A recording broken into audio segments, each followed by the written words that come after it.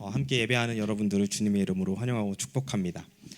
저는요 결혼을 하기 전에는 여러분들하고 비슷하게 많은 이제 워킹홀리데이생들이나 유학생들이랑 비슷하게 계속 결혼하기 직전까지 쉐어로 살았습니다. 그러다가 이제 결혼을 하면서 처음으로 집 렌트를 구하게 됐는데, 제가 집 렌트를 구할 때 중요하게 생각하는 몇 가지가 있었어요. 근데 그 중에서 어쩌면 가장 큰 부분을 차지했던 부분이 뭐냐면은 집에 가드닝을 할 부분이 없었어야 됐어요.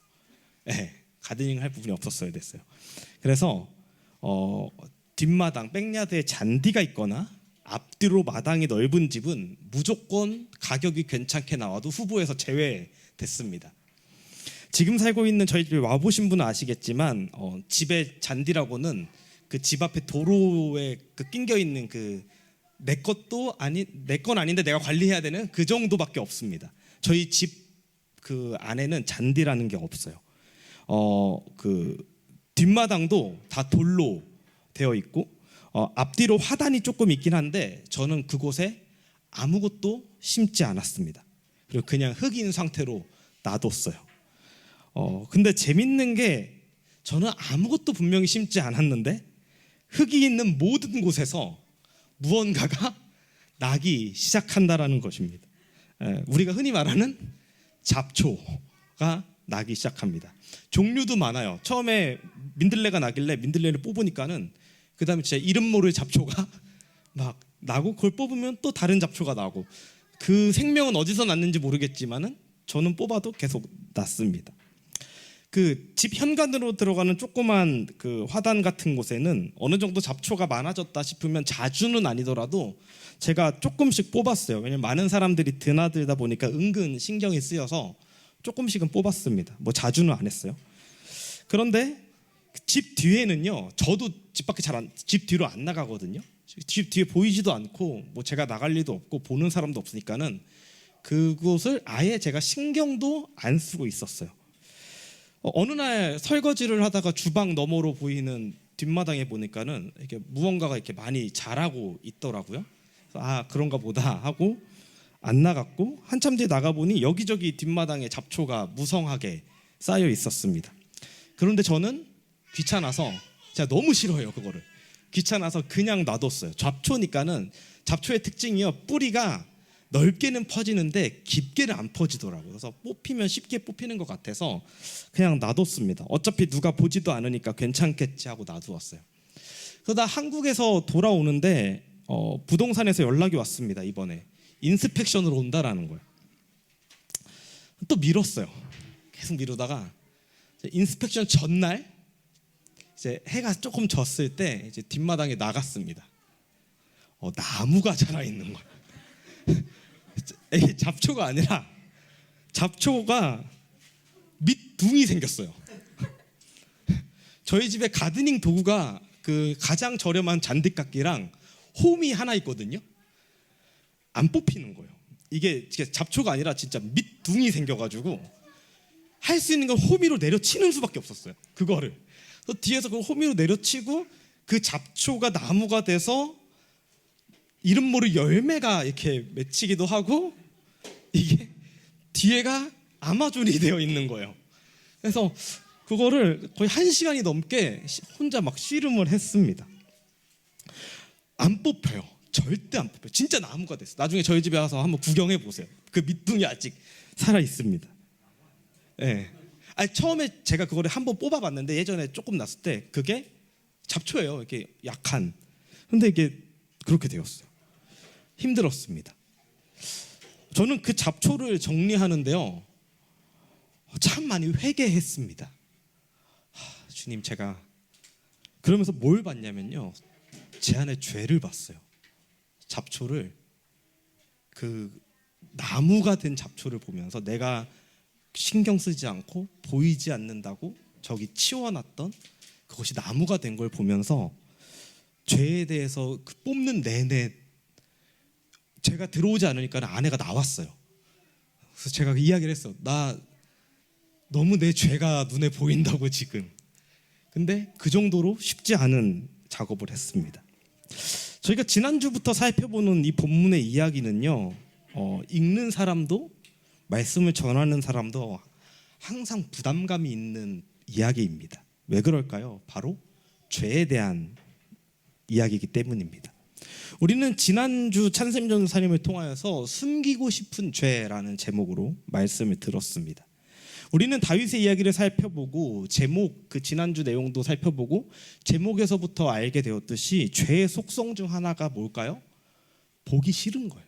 숨기고 싶은 겁니다. 다윗이 밧세바와의 사건 이후에 이것을 숨기고자 우리아를 불러들여서 집에 가서 좀 자라 했지만 안 됐고, 우리아는 그렇게 하지 않았고, 결국 다윗은 밀서를 보내서 우리아를 전장의 최전선에서 죽게 만듭니다. 그리고 나서 요압에게 이렇게 하죠. 11장 25절입니다. 우리 한번 다 같이 읽어볼까요? 11장 25절 시작. 그러자 다윗이 전령에게 말하였다. 너는 요압에게 칼은 이 편도 죽이고 저 편도 죽이기 마련이니 이번 일로 조금도 걱정하지 말라고 전하여라. 오히려 그 성읍을 계속 맹렬히 공격하여서 무너뜨리라고 전하여라. 요압이 용기를 잃지 않도록 하여라. 아멘. 여기서요 11장 25절에 다윗이 요압에게 말한 이번 일로 조금도 걱정하지 말아라 라는 걸요 히브리어로 직역을 하게 되면요, 번역을 하게 되면 이렇게 됩니다. 너는 이 일을, 그러니까는 우리아를 최전장에 내보내서 죽게 한 이 일을 악하다고 여기지 말아라 라고 번역이 됩니다. 다윗은 자신이 행한 일을 스스로 악하지 않다라고 정의하고 감추었습니다. 그런데 11장 27절 마지막 부분은 뭐라고 말하죠? 주님께서 보시기에 다윗이 한 이번 일은 악하였다라고 말을 합니다. 그러한 다윗에게 오늘 본문에서 하나님께서는 선지자 나단을 보내십니다. 그리고 한 이야기를 하죠. 한 마을에 두 사람이 살고 있었어요. 한 사람은 엄청 부자예요. 소도 많고 양도 많고 가진 건 너무 많아요. 한 사람은 가난해요. 어린 암양을 하나 사다가 함께 자고 함께 먹고 딸처럼 키웠습니다. 그러던 어느 날 그 부자에게 나그네 손님이 찾아오는데, 그 부자가 자기 거 많은데 그 많은 것 중에서 손님을 대접하기 아까워서 그 자기 딸처럼 여기고 있는 암양 하나 가지고 있는 사람에게 암양을 빼앗아서 그것을 잡아서 손님을 대접했다라는 이야기를 나단 선지자가 다윗에게 합니다. 다윗이 그 이야기를 듣고 뭐라고 합니까? 분노하죠. 못마땅해 하면서 이렇게 이야기합니다.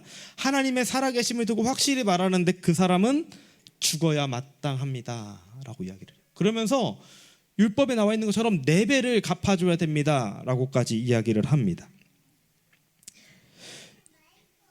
그때 선지자 나단이 다윗에게 뭐라고 말합니까? 그 사람이 바로 당신입니다 라고 이야기를 하죠. 그러면서 이야기를 쭉 해나갑니다. 하나님께서는 이스라엘도 당신 다윗에게 주셨고 사울의 모든 것을 빼앗아서 주셨고 심지어 그것들이 부족하다라고 여겼으면 하나님께서 더 주셨을 것인데 다윗은 하나님의 법을 어기고 우리아를 죽이며 그의 아내를 빼앗았다라고 책망을 합니다. 10절에 보면요, 하나님은 다윗의 행동을 하나님을 무시했다라고 말합니다. 너는 이렇게 나를 무시하여 햇사람 우리아의 아내를 빼앗아다가 내 아내로 삼았다라고 말을 해요. 그러면서 이러한 범죄로 말미암아 앞으로 다윗의 집안에는 칼부림이 멈추지 않을 것이고 다윗의 아내들도 빼앗아 가까운 사람에게 주어 대낮에 온 백성 앞에서 욕보이게 하겠다라고 하십니다. 그리고 이러한 일들은 실제로 이 12장 이후에 곧바로 일어나죠. 다윗의 집안에 칼부림이 일어납니다. 형제가 형제를 죽이는 사건이 일어나고요. 압살롬이 아버지를 반역을 하고요. 그리고 그 압살롬이 반역을 하면서 다윗의 후궁들을 데려다가 옥상에서 모든 백성들이 보는 앞에서 동침하기까지 합니다. 다윗은요 이러한 나단의 책망에 바로 자백을 합니다. 그리고 그 자백은요 복잡하지 않아요. 단순했습니다. 내가 주님께 죄를 지었습니다. 그리고 나서 나단은 다윗에게 말합니다. 주님께서 임금님의 죄를 용서해 주실 것입니다. 그러므로 임금님은 죽지 않을 것이다 라고 말합니다. 그러나 이번에 다윗이 한 일이 하나님의 원수들에게 빌미가 되었기 때문에 밧세바와 임금님 사이에서 태어난 아들은 죽을 것입니다 라고 이야기를 해요. 그 후에 아이는 태어났고 병을 앓습니다. 그리고 7일 만에 죽어요. 다윗은 그 7일 동안에 금식을 하며 기도해 보지만 하나님의 뜻은 하나님이 정하신 대로 실행되었고 다윗은 이미 그것을 알고 있기도 했습니다. 그 후에 다윗이 밧세바를 위로하고 그 사이에서 새로운 아들이 태어납니다. 그 아들이 바로 우리가 잘 아는 솔로몬입니다. 24절 25절을 보면요, 주님께서도 그 아이를 사랑하셨다라고 말하면서 다시 선지자 나단을 다윗에게 보내셔서 주님께서 사랑하신다는 뜻의 이름인 여디디야라고 말씀을 해주십니다. 사랑하는 담없는 교회 성도 여러분, 저는 오늘 본문을 보면서 인간의 죄의 본질과 그 죄의 문제를 해결하시는 하나님의 모습을 보게 되었습니다. 성경에서 죄의 문제를 보게 될 때, 살펴볼 때 가장 먼저 보는 것이 아마도 창세기 3장일 것입니다. 첫 인류 아담과 하와의 범죄와 그 속에서 구원을 베푸시는 하나님의 이야기입니다. 첫사람 아담과 하와에게 하나님은 동산나무의 모든 나무의 열매는 먹되 중앙에 있는 선과 악을 알게 하는 나무의 열매는 먹지 말라라고 하셨습니다. 그리고 그것을 먹는 날에는 반드시 죽는다라고 말씀하십니다. 이 선과 악을 알게 하는 나무에 대하여 우리는 여러 가지 궁금증이 있습니다. 하나님 왜 만드셨을까? 안 만드셨으면 좋지 않았을까? 막 여러 가지 궁금증이 있어요.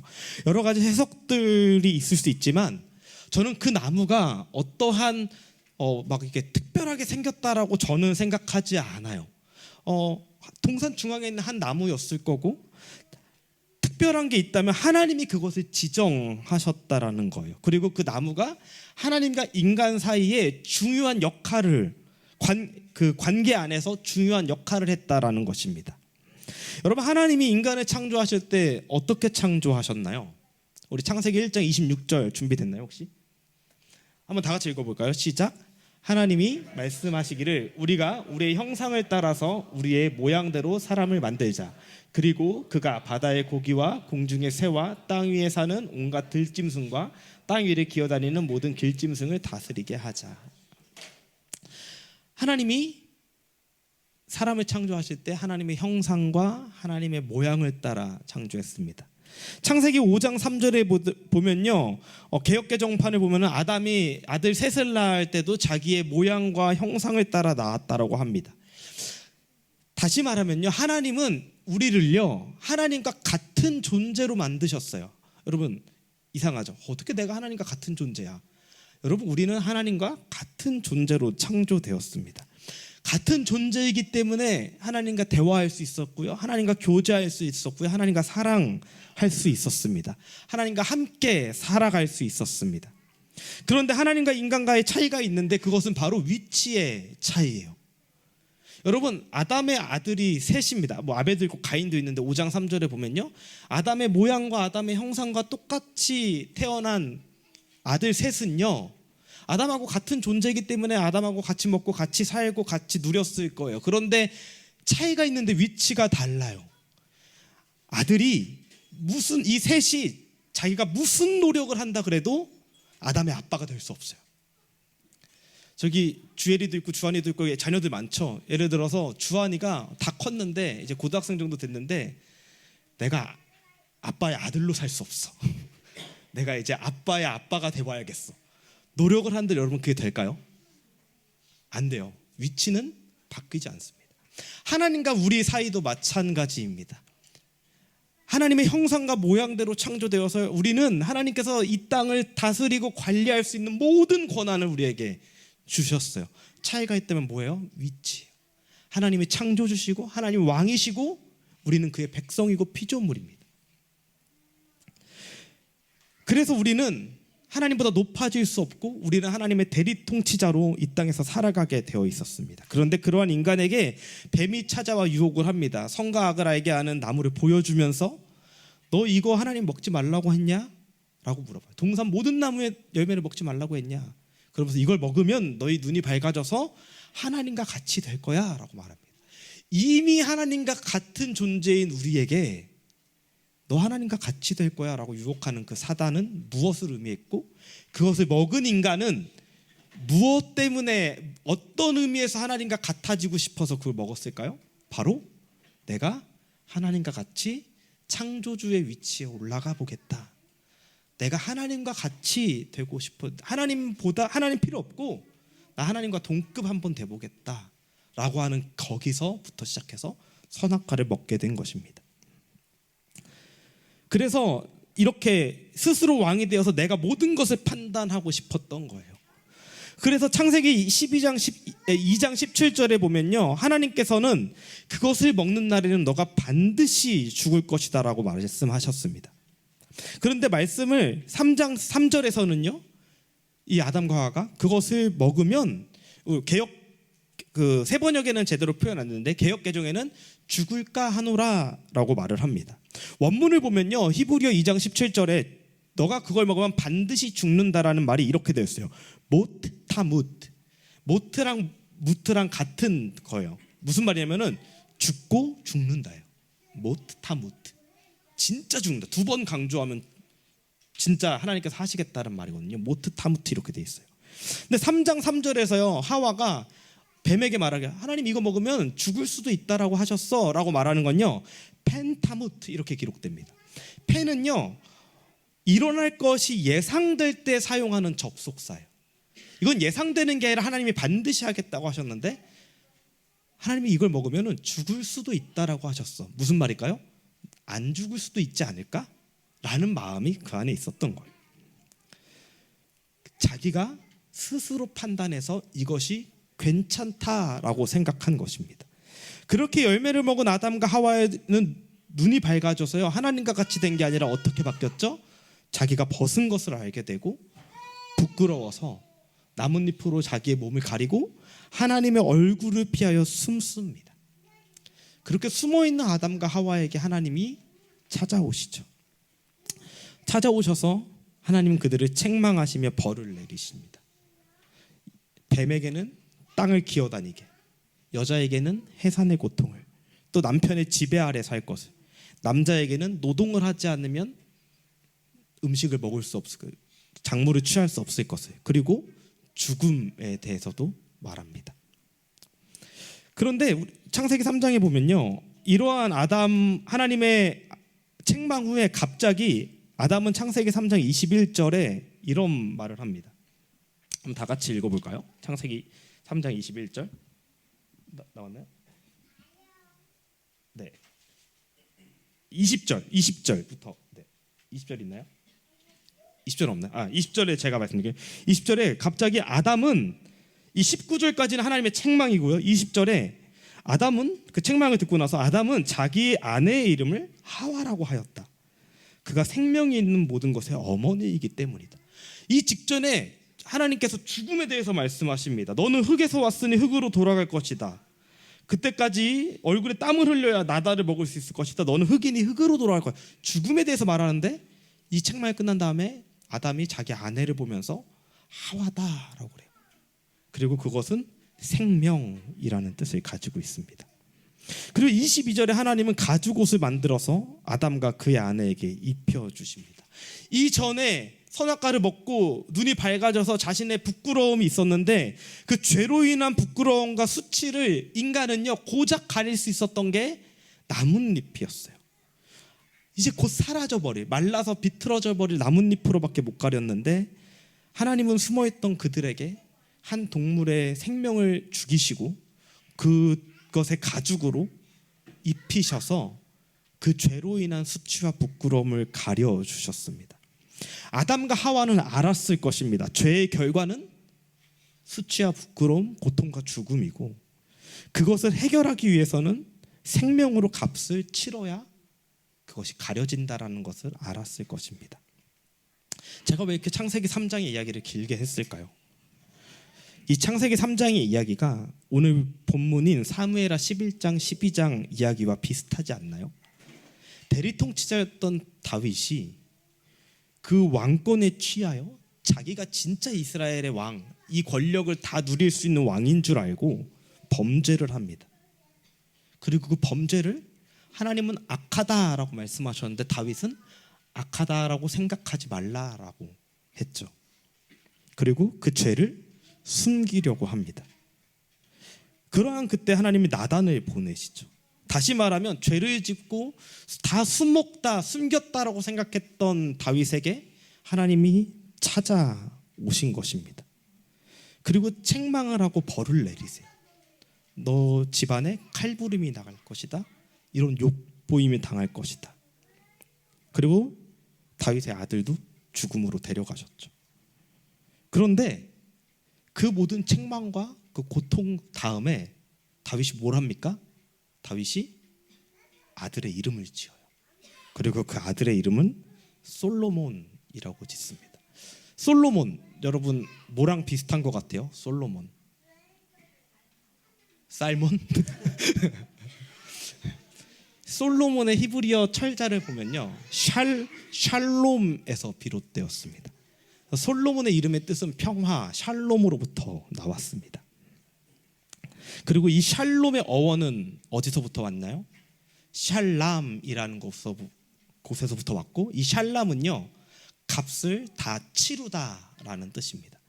그래서 두 거래자 사이에 어떤 빚이 있거나 거래가 있을 때 그 거래가 완전히 다 값을 다 치러서, 제가 예를 들어서 정의가 가지고 있는 어떤 물건을 샀어요.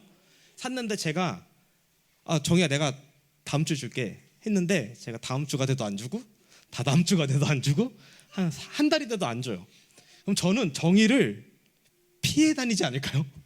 제가 돈 아까운데, 예를 들어서 제가 막 50불 빚을 졌는데 50불 주기가 너무 아까운 거야. 그럼 제가 정의의 낯을 볼 수 있을까요? 못 보겠죠. 전도사가 돼가지고 청년한테 50불 빌려놓고서 그걸 안 주고 있으면 저는 도망 다닐 거예요. 그런데 제가 다 갚았어요, 50불을. 그럼 저는 대놓고 정의 얼굴을 볼 수 있어요. 정의와 저 사이에는 뭐가 있습니까? 이제 평화가 있는 거예요. 부끄러움이 없는 거예요. 제가 이제 샬롬이 있는 겁니다. 그래서 이 샬롬의 어원인 샬람은요, 값을 다 지불하다, 다 완료하다라는 뜻입니다. 그렇기 때문에 샬롬이 있는 거예요. 저는 여기서, 그리고 그 솔로몬의 이름을 샬롬, 평화다라고 지은 다음에 하나님이 나단 선지자를 다시 보내셔서 다윗에게 찾아오시죠. 그리고 뭐라고 말씀하세요? 나도 이 아이를 사랑한다. 여디디야, 주님께서도 이 아이를 사랑한다라고 말씀하십니다. 마치 하나님이 가죽 옷으로 아담과 하와를 입히시는 듯한 그 장면이 저는 떠올랐습니다. 그런데 저는 여기서 질문을 하나 했습니다. 하나님은 왜 그 아이를 죽이셔야만 했을까요? 왜 첫 번째 그 아담이죠, 다윗과 밧세바 사이에 태어난 그 아이를 죽이셨어야만 했을까요? 제가 가지고 있는 모든 자료는 다 찾아봤는데 명확하게 이것에 대해서 설명하는 사람은 없었어요. 그래서 저도 명확하게 여러분들에게 설명을 못 드릴 것 같아요. 그런데 제가 묵상을 하던 중에 한 가지 제 마음속에 알게 된 것은, 이것이 정확한 해석이다라고 말할 수는 없지만 이렇습니다. 만약 그 아이가 죽지 않고 살았다면 어땠을까라는 생각을 해봤어요. 먼저 다윗은요, 그 아이를 볼 때마다 힘들어했을 것 같아요. 자신의 죄의 결과로 태어난 아이이기 때문입니다. 삶의 모든 순간에 자유함을 누리지 못했을 것 같아요. 그러면 그 아이는 어떠할까요? 아이가 태어났는데 사람들이 알기 시작했을 거예요. 제가 이전에는 몰랐어요. 아이가 태어나는 과정을 몰랐기 때문에, 아직 안 태어났지만 이제 아내가 임신을 했잖아요. 보통 현대의학에 의해서 임신 사실을 알게 되는 게 빠르면 6주더라고요. 빠르면. 그리고 늦으면 8주, 2달도 가요. 근데 이때는 현대의학이 발달하기 전이잖아요. 그러면은 다윗이, 밧세바가 내가 다윗의 아이를 임신했다라는 소식을 그걸 알기에는 적어도 한 달에서 2달은 더 지났을 거예요. 첫 번째 월경을 안 했을 때는 그럴 수 있겠지. 두 번째 월경까지는 안 해봐야 내가 좀 임신하지 않았을까. 그러니까는 다윗이 그 소식을 알기 전까지는 한 2달, 그리고 그 소식을 알고 우리아를 불러들이고 우리아가 오는데 시간 걸리고 다시 우리아 며칠 있고 다시 우리아가 가서 3달 이 정도쯤 지나고, 그런데 이게 우리아의 자식이라고 하기에는 너무 빨리 태어난 거예요. 맞죠? 한 7달 만에 태어난 거예요, 일반적인 생각에는. 그러면 신하들이 알 거예요. 다윗이 밧세바를 불러들였었는데 그러면서 알게 되지 않았을까라는 생각을 해요. 그럼 주변에서 이 아이가 자라날 때 어떤 눈초리로 자라났을까? 그런 생각도 해봤습니다. 아마 이 아이도 쉽지 않은 삶을 살았을 것 같습니다. 정확한 건 아니지만 하나님은 다윗을 위해서도 아이를 위해서도 하나님의 사랑과 은혜의 방편으로 어쩌면 그 아이를 하나님 당신의 품으로 데려가신 게 아닐까라는 생각도 해봤습니다. 다시 돌아와서요. 저는 저희 집 뒤편 뒷마당에 있는 잡초들이 있는 것을 알았어요. 알고 있었어요. 그 정도까지 자랐다는 것도 알고 있었습니다. 제가 안 보았고 그리고 제 눈에 보이지 않았기 때문에 그냥 놔두었습니다. 그리고 그 잡초는 나무와 같이 성장했습니다. 그리고 인스펙션이 온다라는 말에 정리했고요. 인스펙션 당일날 무슨 일이 있었는지 압니까? 집주인이 왔습니다. 만약에 제가 정리를 안 했다면 어땠을까요? 내가 감춘다고 그것이 감추어졌을까요? 내가 안 보인다고, 내가 그것을 정리하지 않아서 내 눈에 안 보인다고 어느 날 인스펙션은 옵니다. 이 집을 보러 옵니다. 사랑하는 성도 여러분, 죄는 드러내놓고 할 수 없습니다. 이것이 죄의 속성입니다. 유기성 목사님 예수동행일기 동영상을 보다 보면요, 강의를 보다 보면은 이런 말씀하세요. 여러분 죄 대놓고 짓는 사람 있나요? 여러분 음란물 혹시 여기서 같이 보실 수 있는 분 계세요? 없으시죠? 여러분 카지노 도박 사이트 여기서 같이 하실 수 있는 분 있으세요? 여기서 대마초 같이 피우실 수 있는 분 계신가요? 없어요. 죄의 속성은 보이지 않을 때 숨기고 싶은 것입니다. 또 하나, 그런데 이 죄의 속성은요, 짜릿하고 편하고 내가 왕인 것처럼 느끼게 해줍니다. 그 순간에는. 그지만 감추어야 하고 부끄럽고 수치스럽습니다. 내가 가릴 수 있는 것으로 가려보려고 합니다. 그런데 그것은요, 가려지지 않습니다. 그리고 그때 하나님이 찾아오십니다. 여러분, 하나님이 찾아오신다라는 건요, 죄에 대한 책망과 징벌도 있지만 그 부끄러움과 수치로부터 우리를 꺼내주시기 위함이에요. 여러분, 하나님이 내가 죄 가운데 있을 때 하나님 찾아오지 마세요. 내가 더 부끄러워요. 나 하나님 만나기 싫어요. 나 하나님 없는 곳으로 갈래요. 하나님 나 찾아오지 마세요. 이것이 좋은 게 아니라 하나님이 나를 찾아와서 책망하고 징벌하는 게 복입니다. 왜 그럴까요? 나를 그 수치와 부끄러움에서 꺼내주시기 위함입니다. 아담과 하와는 죄로 인하여 또 그들의 죄의 결과로 인하여 우리까지도 해산의 고통, 노동의 고통, 죽음의 고통을 안고 살아갑니다. 다윗이요, 죄를 자백할 때 하나님께서 나단 선지자가 말하죠. 뭐라고 말합니까? 하나님께서 임금님의 죄를 용서해 주실 것입니다. 그런데 다윗은요, 용서는 받았지만 무엇은 있었어요? 그 죄에 대한 결과로 그 고통 속에 살아가야만 됐어. 내 죄 때문에 이런 일들이 일어났구나. 고통은 따라옵니다. 지금도 우리의 삶에 고통이 있는 것, 우리 안에 있는 근본적인 죄의 문제들 때문에 노동의 고통, 해산의 고통, 죽음을 두려워할 수밖에 없는 고통이 우리 안에 있습니다. 그런데 하나님요, 그것으로 끝난 게 아니라 구원의 방편을 마련해 주십니다. 하나님의 구원이 있기에 지금의 우리의 삶은 고통 속에 있지만, 죄의 결과처럼 보이는 고통 속에 있지만, 아담이 무엇을 할 수 있었습니까? 그 죽음 앞에 자기의 아내를 보고 생명이라고 선포할 수 있었습니다. 다윗이 그 고통 속에 있었습니다. 아들이 죽는 고통을 봤어요. 근데 그 고통 속에 무엇을 선포할 수 있었습니까? 샬롬을 선포할 수 있었습니다. 왜요? 하나님이 나를 수치와 부끄러움에서 꺼내주셨기 때문입니다. 생명이 살기 위해서는 아까도 말했듯이 샬람, 즉 값을 다 지불해야만 됩니다. 죄의 값은 사망이기에 죽음으로밖에 그 값을 지불할 수가 없습니다. 내가 죽어야 하는 그 죄로 인하여 하나님은 예수 그리스도를 이 땅에 보내셨습니다. 그리고 저와 여러분들을 찾아오셨습니다. 찾아오신 이유는 우리의 죄를 숨길 수 없음을 알려주시고, 그리고 그 죄를 하나하나 십자가 앞에 다 드러내기를 원하십니다.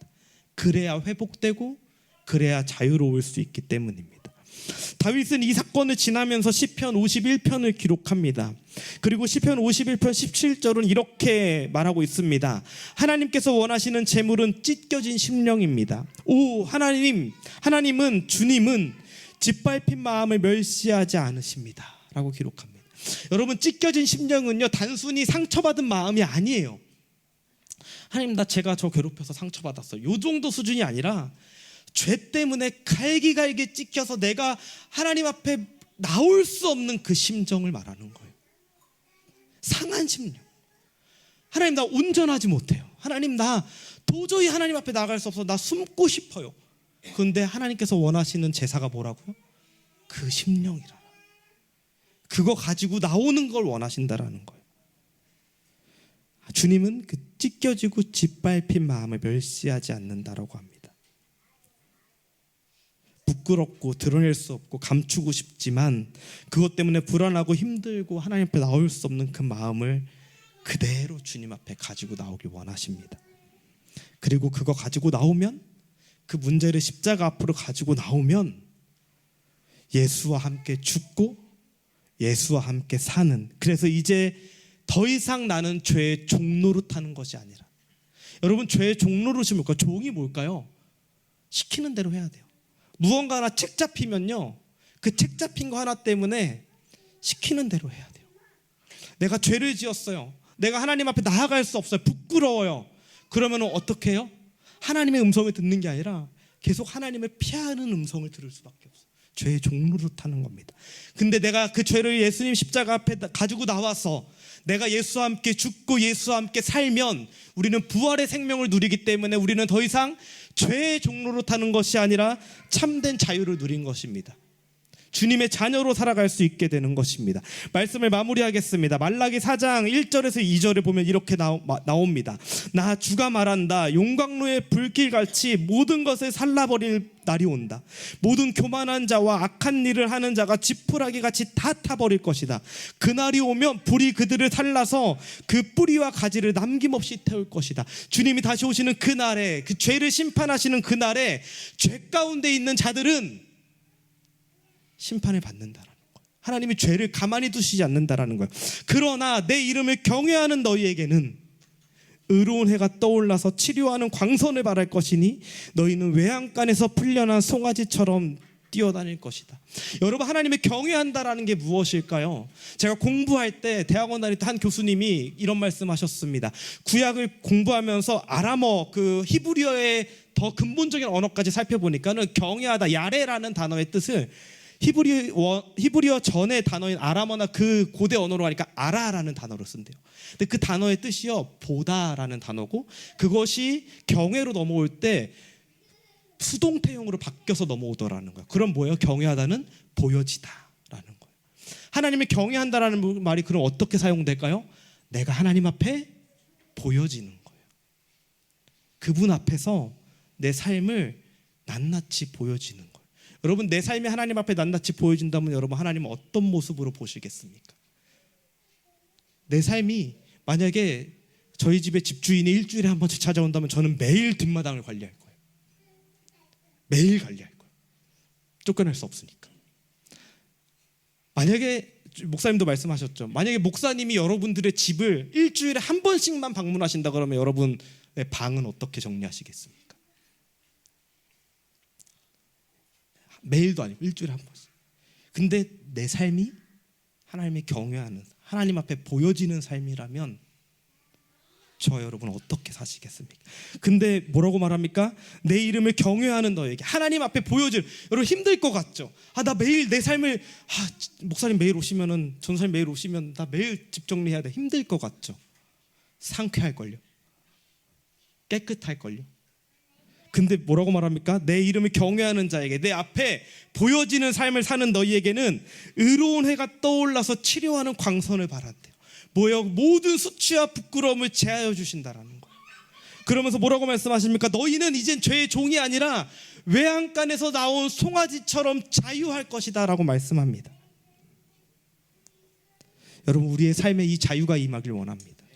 우리의 삶에 이 회복이 임하길 원합니다. 시편 51편 17절 말씀처럼 나의 깨지고 상한 마음을 있는 모습 그대로 주님 앞에 보이시면 됩니다. 그러면 우리는 이 세상 누구도 경험할 수 없는 자유를 하나님 안에서 경험하게 될 것입니다. 우리 시간 일어나서 찬양하시겠습니다.